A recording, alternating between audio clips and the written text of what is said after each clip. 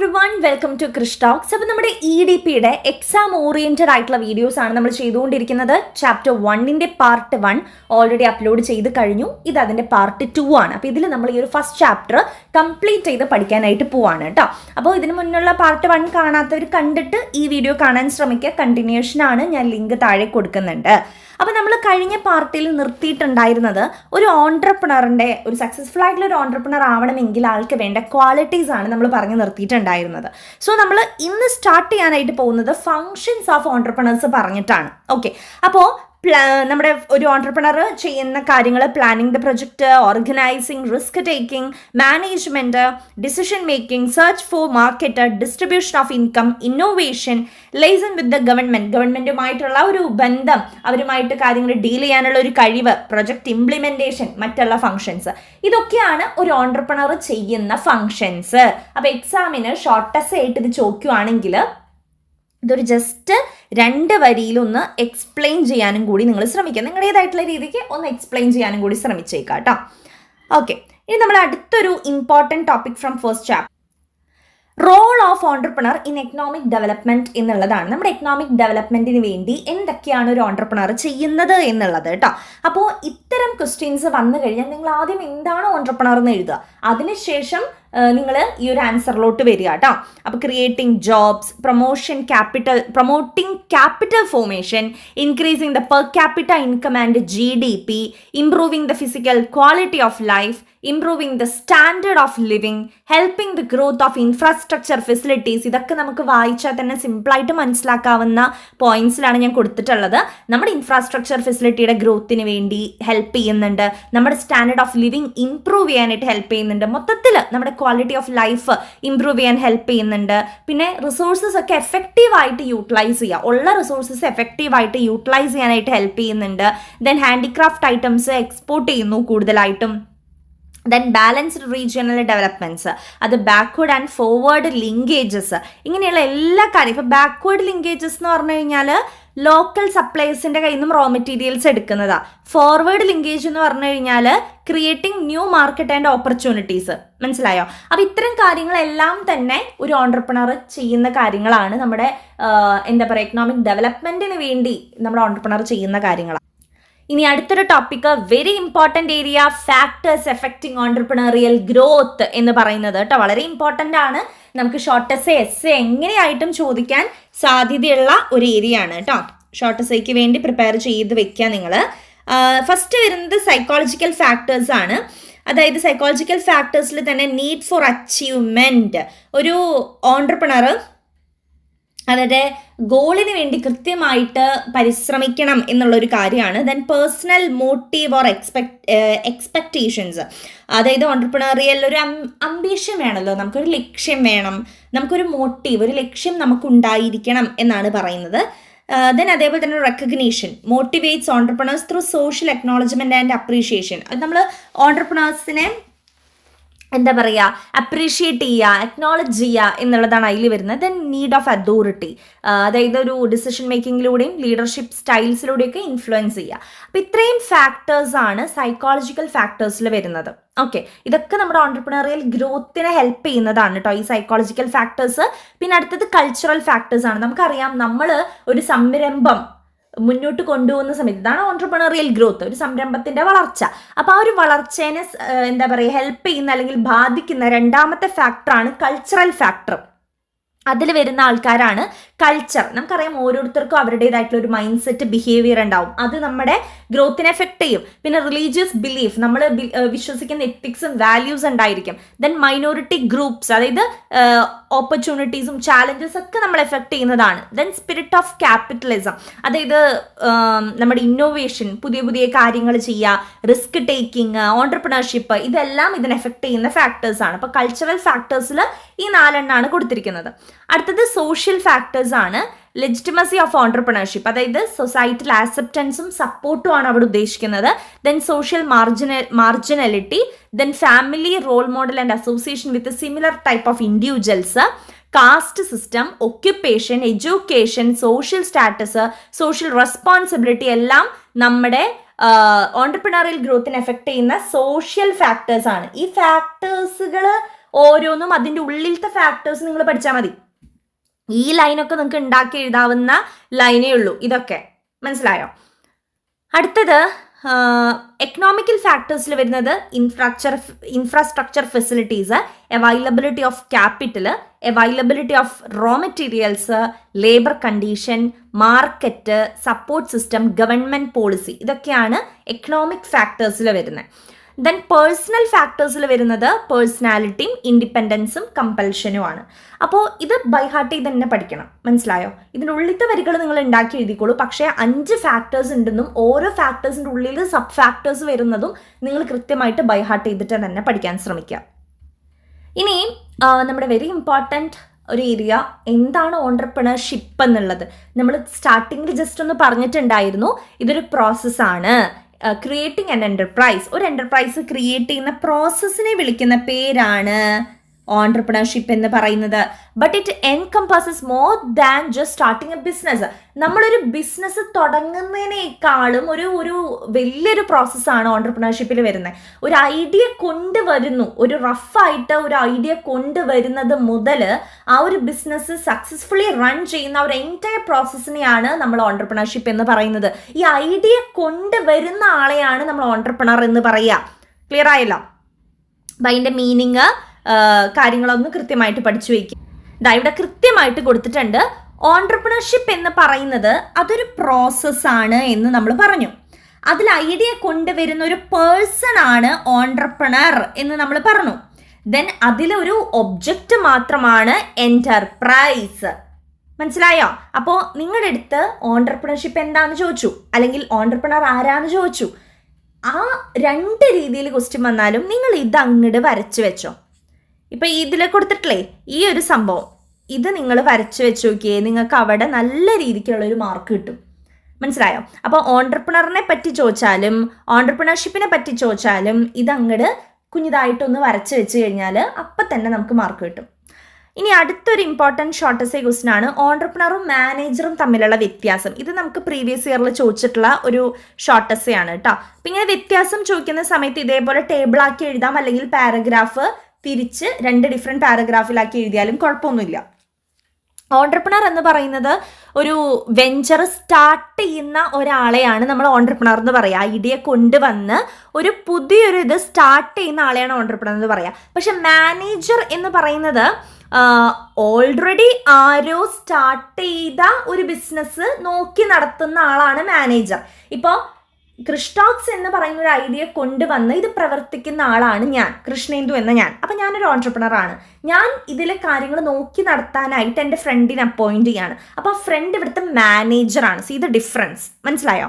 So entrepreneur is the owner of enterprise and he's own boss. ഇവിടെ owner ഞാനാണ്, ഞാൻ തന്നെയാണ് എൻ്റെ ബോസ്. പക്ഷെ മാനേജർ എന്ന് പറയുന്നത് ഒരു എംപ്ലോയി, ഒരു സെർവൻറ്റ് പോലെ തന്നെയാണ് manager. Then entrepreneur bear all the risk. നമ്മുടെ ഈ ബിസിനസ് കൃഷ്ണോക്സിൻ്റെ എല്ലാതരം റിസ്ക്കും ഏറ്റെടുക്കേണ്ടത് ഞാനാണ്. പക്ഷേ എൻ്റെ ഫ്രണ്ടിനോട് പോയിട്ട് ഇതൊന്നും ഏറ്റെടുക്കാൻ പറഞ്ഞാൽ അവൻ ഏറ്റെടുക്കില്ല, അവൻ ഇവിടുത്തെ ഒരു എംപ്ലോയി മാത്രമാണ്. Then entrepreneur receive the profit. നമ്മുടെ പ്രോഫിറ്റൊക്കെ റിസീവ് ചെയ്യുന്നത് ഓൺട്രപ്രണർ ആണ്. ആൾക്ക് റിസീവ് ചെയ്യുന്നത് പ്രോഫിറ്റ് അല്ല, മാനേജർക്ക് റിസീവ് ചെയ്യുന്നത് സാലറിയാണ്. മനസ്സിലായോ? Then entrepreneur introduce innovations and new ideas ഒക്കെ നമ്മുടെ ഓൺട്രപ്രണർ കൊണ്ടുവരും. അത് എക്സിക്യൂട്ട് ചെയ്യുന്ന ആളാണ് നമ്മുടെ മാനേജർ. ക്ലിയർ ആയല്ലോ? ദെൻ ഓൺട്രപ്രണേഴ്സ് റെസ്പോൺസിബിലിറ്റി എന്ന് പറയുന്നത് വളരെ ഹൈ ആണ്. പക്ഷേ മാനേജറുടെ റെസ്പോൺസിബിലിറ്റി കമ്പാരിറ്റീവ്ലി ലോ ആണ്. Day to day office work കാര്യങ്ങളാണ് ആൾ ചെയ്യുന്നുണ്ടാവുക. ഓൺട്രപ്രണർ സെൽഫ് മോട്ടിവേറ്റഡ് ആണ്. Manager motivated by power, that means motivated by entrepreneur. അപ്പോൾ ഇത്രയും കാര്യങ്ങളാണ് ഒരു ഓൺട്രപ്രണറും മാനേജറും തമ്മിലുള്ള വ്യത്യാസമായിട്ട് വരുന്നത് കേട്ടോ. ഇത് കൃത്യമായിട്ടൊന്ന് പഠിച്ചോളൂ. പിന്നെ അടുത്തൊരു ഷോർട്ട് എസ്സേ ക്വസ്റ്റ്യൻ ആണ് ഓൺട്രപ്രണറും ഇൻട്രാപ്രണറും തമ്മിലുള്ള വ്യത്യാസം. അതായത് intrapreneur is an employee who act like an entrepreneur within a company. ഒരു കമ്പനിയിൽ ഓൺട്രപ്രണറെ പോലെ ആ കമ്പനിക്ക് വേണ്ടി പണിയെടുക്കുന്ന ആളെയാണ് നമ്മൾ ഇൻട്രാപ്രണർ എന്ന് പറയുന്നത്. ഒരു മാനേജറിന് തന്നെ നമുക്ക് പറയാം, അതിൻ്റെ വേറൊരു രീതിയിൽ കൊടുത്തുന്നേ ഉള്ളൂ. കാരണം ഓൺട്രപ്രണർ ഇൻഡിപെൻഡൻ്റ് ആണ്, ഇൻട്രാപ്രണർ സെമി ഇൻഡിപെൻഡൻ്റാണ്. കാരണം ആളവിടുത്തെ ഒരു എംപ്ലോയി ആണ്, പക്ഷേ ഓൺട്രപ്രണറെ പോലെ അവിടെ നന്നായിട്ട് പണിയെടുക്കുന്ന ഒരാളെയാണ് ഇൻട്രാപ്രണർ എന്ന് വിളിക്കുന്നത്. അപ്പോൾ ആൾ ഫുള്ളി ഇൻഡിപെൻഡൻ്റ് അല്ല, സെമി ഇൻഡിപെൻഡൻ്റ് ആണ്. ദെൻ ഓൺട്രപ്രണർക്ക് കിട്ടുന്നത് പ്രോഫിറ്റ് ആണെങ്കിൽ ഇൻട്രാപ്രണർക്ക് കിട്ടുന്നത് സാലറി ആണ്. നമ്മൾ നേരത്തെ മാനേജറിന്റെ കേസിൽ പറഞ്ഞ സെയിം പോയിന്റ്സ് തന്നെ ആ ഒരു മാനേജറിന് പകരം ഇൻട്രാപ്രണർ എന്നുള്ള ഒരു ടേം കൊണ്ടുവന്നു എന്ന് മാത്രമേ ഉള്ളൂ. ഓക്കെ ആണല്ലോ? അപ്പം നിങ്ങൾക്ക് അത് മനസ്സിലാക്കി പഠിക്കാമല്ലോ. ഇനി അടുത്തത് നമ്മുടെ ഇതിൽ നിന്നൊരു ചോദ്യം വരാനുള്ളത്, ആരാണ് വിമൻ ഓൺട്രപ്രണേഴ്സ് എന്നുള്ളത്. അതായത് നമ്മുടെ സൊസൈറ്റിയിൽ a woman entrepreneur is a woman or group of women who initiate, organize and operate business enterprise. ഒരു ബിസിനസ് എൻ്റർപ്രൈസ് തുടങ്ങുന്ന ഒരു സ്ത്രീയെ വിളിക്കുന്ന പേരാണ് വുമൺ ഓൺട്രപ്രണർ, അല്ലെങ്കിൽ സ്ത്രീകളുടെ ഒരു സംരംഭത്തെ വിളിക്കുന്ന പേരാണ് വിമൻ ഓൺട്രപ്രണർഷിപ്പ്. മനസ്സിലായല്ലോ? പക്ഷേ നമ്മുടെ കേരളയിൽ ഈ സ്ത്രീകളുടെ സംരംഭങ്ങൾ എന്തുകൊണ്ട് വളരെ സ്ലോ ഗ്രോത്തിൽ പോകുന്നു എന്ന് ചോദിച്ചു കഴിഞ്ഞാൽ, അവരുടെ ഫാമിലി ബാക്ക്ഗ്രൗണ്ട് ആയിരിക്കാം, അവർക്ക് ബിസിനസ് എഡ്യൂക്കേഷൻ ഇല്ലാത്തതായിരിക്കാം, ഡ്യുവൽ റോൾ ഓഫ് വിമൻ, അതായത് സ്ത്രീകൾക്ക് അറ്റ് എ ടൈം വീട്ടിലെ കാര്യങ്ങൾ, കുഞ്ഞുങ്ങളുടെ കാര്യങ്ങൾ, ഭർത്താവിൻ്റെ കാര്യങ്ങൾ ഇതൊക്കെ നോക്കാനുള്ളത് കൊണ്ടായിരിക്കാം. ദെൻ ആപ്റ്റിറ്റ്യൂഡ്സ് ട്രെയിനിങ് അവർക്ക് കുറവ് കിട്ടുന്നത് കൊണ്ടായിരിക്കാം.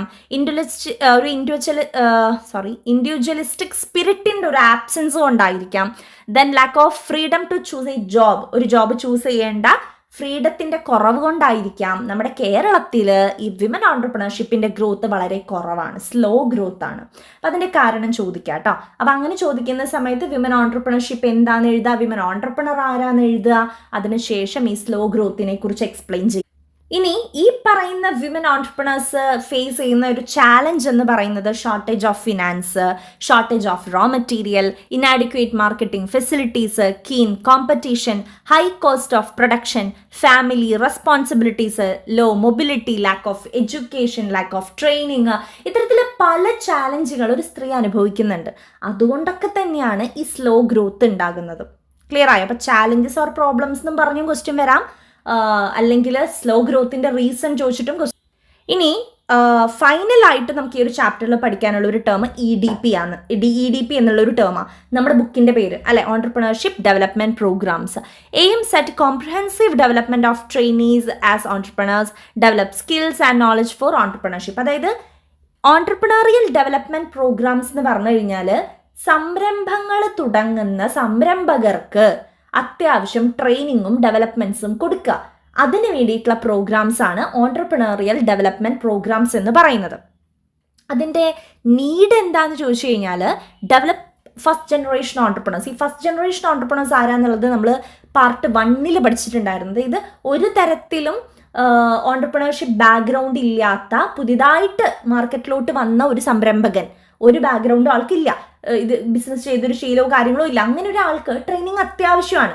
അപ്പം അങ്ങനെ ട്രെയിനിങ് കൊടുക്കുന്നത് ഈ EDP വഴിയാണ് ട്രെയിനിങ് കൊടുക്കുക, ആളെ ഡെവലപ്പ് ചെയ്യുക, പിന്നെ അൺഎംപ്ലോയിഡ് പീപ്പിളിനെ ഹെൽപ്പ് ചെയ്യുക, പിന്നെ ഒരു ഫാസ്റ്റ് ആയിട്ടുള്ള ഒരു ഇൻഡസ്ട്രിയലൈസേഷൻ ഉറപ്പ് വരുത്തുക, പിന്നെ നമ്മുടെ റിസോഴ്സസ്, നമ്മുടെ കയ്യിലുള്ള റിസോഴ്സുകളൊക്കെ മാക്സിമം യൂട്ടിലൈസ് ചെയ്യുക. ദെൻ ജോബ് ഓപ്പർച്യൂണിറ്റീസ് ക്രിയേറ്റ് ചെയ്യുന്നു. നമ്മുടെ ഓൺട്രപ്രണേഴ്സിനൊരു ബാക്ക്വേർഡ് ആയിട്ട് നിൽക്കുന്ന ഓൺട്രപ്രണേഴ്സിനെയൊക്കെ ഹെൽപ്പ് ചെയ്യുക, അവരുടെ സ്റ്റാൻഡേർഡ് ഓഫ് ലിവിങ് ഇംപ്രൂവ് ചെയ്യുക, നമ്മുടെ എക്കണോമിക് ഗ്രോത്തിനെ ഒന്ന് എൻഷുർ ചെയ്യുക, റേറ്റ് ഓഫ് ഗ്രോത്ത് ഹയർ ആക്കുക. ഇതൊക്കെയാണ് ഈ ഒരു EDPയിലൂടെ ചെയ്യുന്ന കാര്യങ്ങൾ. ദെൻ അതിൻ്റെ ഒരു ഒബ്ജക്റ്റീവ്സും കൊടുത്തിട്ടുണ്ട് ഇവിടെ. Short term objectives, long term objectives ആയിട്ട് പറയുന്നുണ്ട്. ഷോർട്ട് ടേമിൽ പറയുന്നത് നമ്മുടെ പ്രൊജക്റ്റിൻ്റെ എന്താ പറയുക, help select A project or product. ഒരു പ്രൊജക്റ്റ് ഹെൽപ്പ് ചെയ്യാൻ വേണ്ടി എന്ത് സംരംഭം ഞാൻ തുടങ്ങണം, എൻ്റെ കഴിവനുസരിച്ച് എന്ത് ഞാൻ തുടങ്ങണം എന്നുള്ളത് ഹെൽപ്പ് ചെയ്ത് കൊടുക്കുന്നുണ്ട്. പ്രൊജക്റ്റ് ഫോർമുലേറ്റ് ചെയ്ത് കൊടുക്കുന്നുണ്ട്. ആ ബിസിനസ് സെറ്റപ്പ് ചെയ്ത് ഒരു എൻ്റർപ്രൈസ് ആവാൻ വേണ്ടിയുള്ള എല്ലാ കാര്യങ്ങളും EDP വഴി കൊടുക്കുന്നുണ്ട്. ദെൻ അതിന് വേണ്ട ഹെൽപ്പും സപ്പോർട്ടും എല്ലാം കൊടുക്കുന്നുണ്ട്. ലോങ് ടേം ഒബ്ജക്റ്റീവ്സ് എന്ന് പറഞ്ഞു കഴിഞ്ഞാൽ പൊട്ടൻഷ്യൽ ആയിട്ടുള്ള ഓൺട്രപ്രണേഴ്സിനെ തിരഞ്ഞെടുക്കുന്നു, അവരുടെ നോളജും സ്കിൽസും ഡെവലപ്പ് ചെയ്യുന്നു, അവർക്ക് എന്താ പറയുക ഒരു മാനേജ്മെൻറ്റ് അണ്ടർസ്റ്റാൻഡിങ് കൊടുക്കുന്നു, പിന്നെ സ്മോൾ സ്കെയിൽ, മീഡിയം സ്കെയിൽ അതിനെയൊക്കെ എന്ത് ചെയ്യുന്നുണ്ട്, ഡെവലപ്പ് ചെയ്യുന്നുണ്ട്. ഓരോരുത്തർക്കും അതിൻ്റെ ദോഷഫലങ്ങളെ കുറിച്ചും, പ്രോസ് ആൻഡ് കോൺസ്, ദോഷഫലങ്ങളെക്കുറിച്ചും നല്ല വശങ്ങളെക്കുറിച്ചും പറഞ്ഞു കൊടുക്കുന്നുണ്ട്. ഇല്ല, അപ്പം ഇത്രയും കാര്യങ്ങളൊക്കെ ലോങ് ടേം ഒബ്ജക്റ്റീവ്സിൽ വരുന്നത്. ഇതൊക്കെ നിങ്ങൾക്ക് വേണമെങ്കിൽ മാറ്റി എഴുതാം നിങ്ങളുടേതായിട്ടുള്ള രീതിക്ക്. അതാണ് മിസ് വേഗം പറയുന്നത് കേട്ടോ. സിമ്പിൾ സാധനങ്ങളാണ് ഇതൊക്കെ. ഒബ്ജക്റ്റീവ്സ് ഓഫ് EDP എന്താണെന്ന് എഴുതാം, ഷോർട്ട് ടേം ഒബ്ജക്റ്റീവ്സ് എഴുതാം, ലോങ് ടേം ഒബ്ജക്റ്റീവ്സ് എഴുതാം.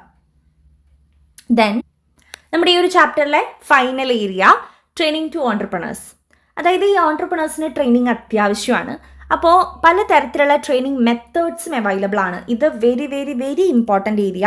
ഇതിൽ ഏത് വേണമെങ്കിലും നമ്മളെടുത്ത് 2 മാർക്കിന് ചോദിക്കാം, അല്ലെങ്കിൽ മൊത്തമായിട്ട് what are the different methods of training to entrepreneurs എന്ന് പറഞ്ഞ് ഷോർട്ട് എസ്സേ ചോദിക്കാം കേട്ടോ.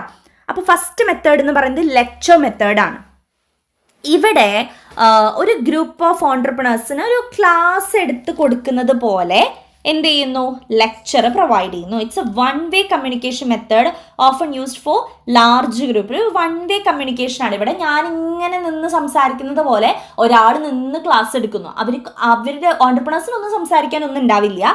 ഒരാൾ ഇവിടെ നിന്ന് കാര്യങ്ങളൊക്കെ പറയുവാണ്. കൈയും കാര്യം വരച്ചത് ശരിയില്ല. നിന്ന് ക്ലാസ് എടുക്കുവാണ്. ഇവിടെ കുറേ പേര് അത് നിന്ന് കേട്ട് ഇരിക്കും. ജസ്റ്റ് ഇയാളാണ് എല്ലാ കാര്യങ്ങളും കമ്മ്യൂണിക്കേറ്റ് ചെയ്യുന്നത്. അപ്പോൾ ഒരു ലെക്ചർ മെത്തേഡ് പോലെയാണ് ഇത്. അപ്പോൾ ഇത് ലാർജ് ഗ്രൂപ്പ്സിനൊക്കെ വളരെ ചെറിയ കോസ്റ്റിലൊക്കെ ചെയ്ത് തീർക്കാൻ പറ്റുന്ന ഒരു ടൈപ്പ് ഓഫ് ട്രെയിനിങ് ആണ്. പക്ഷേ അവരുടെ ഭാഗത്തു നിന്നൊരു ഫീഡ്ബാക്ക് കളക്ട് ചെയ്യാനോ അല്ലെങ്കിൽ അവരെ എന്താ പറയുക ഇതിനെ ഇൻവോൾവ് ചെയ്യിപ്പിക്കാനോ ഒന്നും നമുക്ക് സാധിക്കില്ല എന്നുള്ളതാണ് ഈ ഒരു മെത്തേഡിൻ്റെ ലിമിറ്റേഷൻ. ദെൻ അടുത്ത മെത്തേഡ് കോൺഫറൻസ് മെത്തേഡാണ്. So it is like group discussion. ഇതൊരു ഗ്രൂപ്പ് ഡിസ്കഷൻ പോലെയാണ്. അപ്പോൾ ഇതിൽ 2 കൂട്ടരും 2 വേ കമ്മ്യൂണിക്കേഷനാണ് ഇവിടെ നടക്കുന്നത്. 2 കൂട്ടരും ഇവിടെ സംസാരിക്കുന്നുണ്ട്. മനസ്സിലായോ? അതാണ് ഇതിൻ്റെ ഒരു അഡ്വാൻറ്റേജ്. പക്ഷെ ഇതിൻ്റെ ലിമിറ്റേഷൻ എന്ന് വെച്ച് കഴിഞ്ഞാൽ അറ്റ് എ ടൈം ഒരു 10-15 പേരെ മാത്രമേ നമുക്കിതിൽ ഇൻവോൾവ് ചെയ്യിപ്പിക്കാൻ പറ്റുള്ളൂ. കാരണം 2 വേ ആയതുകൊണ്ട് എല്ലാവർക്കും സംസാരിക്കാനുണ്ടാവും. 100 ആളെ പിടിച്ചിരുത്തി കഴിഞ്ഞാൽ ഇവരെല്ലാവരും കേട്ട് സംസാരിക്കുക എന്ന് പറയുന്നത് ബുദ്ധിമുട്ടുള്ള കാര്യമാണ്. അപ്പോൾ 10-15 ആളടങ്ങുന്ന ഗ്രൂപ്പിന് ഹെൽപ്പ് ചെയ്യുന്ന ഒരു ട്രെയിനിങ് മെത്തേഡാണ് കോൺഫറൻസ് മെത്തേഡ്. മൂന്നാമത്തത് ഇൻഡിവിജ്വൽ ഇൻസ്ട്രക്ഷൻ മെത്തേഡ്. ഇത് ആ പേര് പോലെ തന്നെ സിംഗിൾ ഇൻഡിവിജ്വലേ ഇവിടെ ഉണ്ടാവുള്ളൂ. ആൾക്ക് വേണ്ട കാര്യങ്ങൾ പറഞ്ഞു കൊടുക്കുന്നു. അതുകൊണ്ട് തന്നെ ഈസി ആയിട്ട് കൺവേ ആവുന്നു, ഈസി ആയിട്ട് കാര്യങ്ങൾ പറഞ്ഞു കൊടുക്കാൻ പറ്റുന്നുണ്ട്. പക്ഷെ ഇതിൻ്റെ പ്രശ്നം കോസ്റ്റ്ലി ആണ്, ടൈം കൺസ്യൂമിങ് ആണ്. എപ്പോഴും ഇത് അപ്ലിക്കബിൾ അല്ല. ഒരാളെ ഇരുത്തിക്കൊണ്ട് പറഞ്ഞു കൊടുക്കുക എന്ന് പറയുന്നത് എപ്പോഴും അപ്ലിക്കബിൾ അല്ല. ദെൻ അടുത്തത് ഗ്രൂപ്പ് ഇൻസ്ട്രക്ഷൻ മെത്തേഡാണ്. അതായത് ഇവിടെ ഗ്രൂപ്പ് ഓഫ് ഓൺട്രപ്രണേഴ്സ് ഉണ്ടായിരിക്കും. അവർക്ക് ഇൻസ്ട്രക്ഷൻസ് ഗ്രൂപ്പായിട്ട് തന്നെ നമ്മൾ പ്രസൻറ്റേഷൻസ് ഒക്കെ വഴി കൊടുക്കുകയാണ് ചെയ്യുന്നത്. അതുകൊണ്ട് തന്നെ ചെറിയ സമയം കൊണ്ട് തന്നെ അധികം പൈസ ചിലവൊന്നും ഇല്ലാതെ നമുക്ക് ഇത് നടത്താൻ പറ്റും. പക്ഷെ ഗ്രൂപ്പ് ആയതുകൊണ്ട് തന്നെ ഓരോരുത്തരെയും നമുക്ക് ശ്രദ്ധിക്കാനായിട്ട് പറ്റില്ല. നമ്മൾ ആദ്യം പറഞ്ഞ ലെക്ചർ മെത്തേഡ് പോലെ 1 വേ കമ്മ്യൂണിക്കേഷനാണ് ഇവിടെയും നടക്കുന്നത്. Then 5th one role playing മെത്തേഡാണ്. റോൾ പ്ലേയിങ് മെത്തേഡ് എന്ന് വെച്ച് കഴിഞ്ഞാൽ ഇവിടെ റിയൽ ലൈഫ് സിനാരിയോസ് കൊടുക്കും. അതായത് ഒരു ഗ്രൂപ്പ് ഓഫ് ഓൺട്രപ്രണേഴ്സിനെ വിളിച്ചിരുത്തിയിട്ട് അവരോട് പറയും, ഇപ്പോൾ നിങ്ങൾ ബിസിനസ് ചെയ്യുന്ന സമയത്ത് പെട്ടെന്ന് ഇപ്പോൾ പ്രളയം പോലെയുള്ള എന്തെങ്കിലും വന്നു കഴിഞ്ഞാൽ നിങ്ങൾ നിങ്ങളുടെ ഐറ്റംസ് എന്താണ് ചെയ്യാൻ പോകുന്നത്, നിങ്ങളുടെ ബിസിനസ്സിനെ അത് എങ്ങനെ ബാധിക്കും എന്ന് നിങ്ങൾക്ക് തോന്നുന്നു, അപ്പോൾ നിങ്ങൾ എന്താ ചെയ്യാൻ പോവുക. അങ്ങനെ റിയൽ ലൈഫ് പ്രശ്നങ്ങൾ അവരോട് ചർച്ച ചെയ്യും. അപ്പോൾ അവരുടെ മൈൻഡ് സെറ്റ് നമുക്ക് അറിയാൻ പറ്റും. അവരുടെ റിപ്ലൈ കേട്ട് കഴിഞ്ഞാൽ അത്തരം രീതിയിൽ ഒരു റോൾ പ്ലേ പോലെ അവർക്കൊരു സന്ദർഭം കൊടുക്കുകയാണ്. ഇങ്ങനെയാണെങ്കിൽ നിങ്ങൾ എന്താ ചെയ്യാമെന്നൊന്ന് പറഞ്ഞാൽ അപ്പോൾ ഒരു റോൾ പ്ലേ, അപ്പോൾ ആ സമയത്തെ പോലെ അവർ അഭിനയിക്കും അല്ലെങ്കിൽ അത് കാര്യങ്ങൾ പറയും. അതിനാണ് റോൾ പ്ലേയിങ് മെത്തേഡ് എന്ന് പറയുക കേട്ടോ. ഇത് ഒരു ഇമോഷണൽ എക്സ്പീരിയൻസ് അവർക്ക് കൊടുക്കുന്നുണ്ട്. നമുക്ക് ലീഡർഷിപ്പ് കാര്യങ്ങളൊക്കെ ഡെവലപ്പ് ചെയ്യാനും ഡിസിഷൻ മേക്കിംഗ് സ്കിൽസ് ഒക്കെ അവരുടെ അറിയാൻ പറ്റുന്നുണ്ട്. ഇതിൻ്റെ ലിമിറ്റേഷൻ എന്ന് പറഞ്ഞു കഴിഞ്ഞാൽ difficult and meaningless when used alone. ഒറ്റയ്ക്ക് നമ്മളിത് ചെയ്യുന്ന സമയത്ത് പ്രാക്ടിക്കൽ അല്ല. ദെൻ അടുത്ത മെത്തേഡ് മീറ്റിംഗ് മെത്തേഡാണ്. അതായത് ഇവിടെ ഒരു ഗ്രൂപ്പ് ഡിസ്കഷൻ, അങ്ങോട്ടും ഇങ്ങോട്ടും ഒരു ഡിസ്കഷൻ പോലെ എക്സ്ചേഞ്ച് ചെയ്യുന്നു, ഐഡിയാസ് കാര്യങ്ങളൊക്കെ എക്സ്ചേഞ്ച് ചെയ്യുന്നു. അതാണ് അതർ മെത്തേഡ്സ് ആയിട്ട് ഇവിടെ കുറച്ച് മെത്തേഡ്സിൻ്റെ പേര് കൊടുത്തിട്ടുണ്ട്. അതും കൂടി ജസ്റ്റ് ഒന്ന് നോക്കി വയ്ക്കും. അപ്പോൾ ഇത്രയേ ഉള്ളൂ നമ്മുടെ ഈ ഒരു ചാപ്റ്റർ എന്ന് പറയുന്നത്. അപ്പോൾ ഇതിൽ ഏറ്റവും ഇമ്പോർട്ടൻ്റ് ആയിട്ട് പഠിക്കേണ്ടത് ഈ മെത്തേഡ്സ് തന്നെയാണ്. അത് കഴിഞ്ഞിട്ട് നിങ്ങൾ പഠിക്കേണ്ടത് ഒബ്ജക്റ്റീവ്സ് ഓഫ് EDP, പിന്നെ നീഡ് ഓഫ് EDP, പിന്നെ ചാലഞ്ചസ് ഓർ പ്രോബ്ലംസ് അല്ലെങ്കിൽ lack of slow growth, reason for slow growth of women entrepreneurship in Kerala, അതിൻ്റെ കാര്യങ്ങൾ. പിന്നെ നമ്മളിന്ന് പഠിച്ചത് ഓൺട്രപ്രണറും ഇൻട്രാപ്രണറും തമ്മിലുള്ള വ്യത്യാസം, ഓൺട്രപ്രണറും മാനേജറും തമ്മിലുള്ള വ്യത്യാസമൊക്കെയാണ് നമ്മൾ പഠിച്ചത് കേട്ടോ. പിന്നെ റോൾ ഓഫ് ഓൺട്രപ്രണേഴ്സ് പഠിച്ചു, അവരുടെ ഫങ്ഷൻസ് പഠിച്ചു. ഇതൊക്കെയാണ് നമ്മൾ ഈ ഒരു വീഡിയോയിൽ ഡിസ്കസ് ചെയ്ത കാര്യങ്ങൾ. അപ്പം എക്സാം ടൈം ആയതുകൊണ്ടാണ് കുറച്ച് വേഗത്തിൽ പറയുന്നത്. പക്ഷേ ഇമ്പോർട്ടൻ്റ് ആയിട്ടുള്ള സാധനങ്ങളൊക്കെ പറയാൻ ശ്രമിക്കുന്നുണ്ട്. നിങ്ങൾക്ക് ഓക്കെ ആയി എന്ന് വിചാരിക്കുന്നു. അപ്പോൾ നമ്മുടെ ചാനൽ ഇതുവരെ സബ്സ്ക്രൈബ് ചെയ്യാത്തവരുണ്ടെങ്കിൽ സബ്സ്ക്രൈബ് ചെയ്യുക, ഫ്രണ്ട്സിലോട്ടൊക്കെ ഒന്ന് അയച്ചു കൊടുക്കുക, ലൈക്ക് ചെയ്യുക, കമൻറ്റ് ചെയ്യുക കേട്ടോ. സോ നെക്സ്റ്റ് ചാപ്റ്റേഴ്സ് വേഗം ഇടാം. All the very best. Thank you.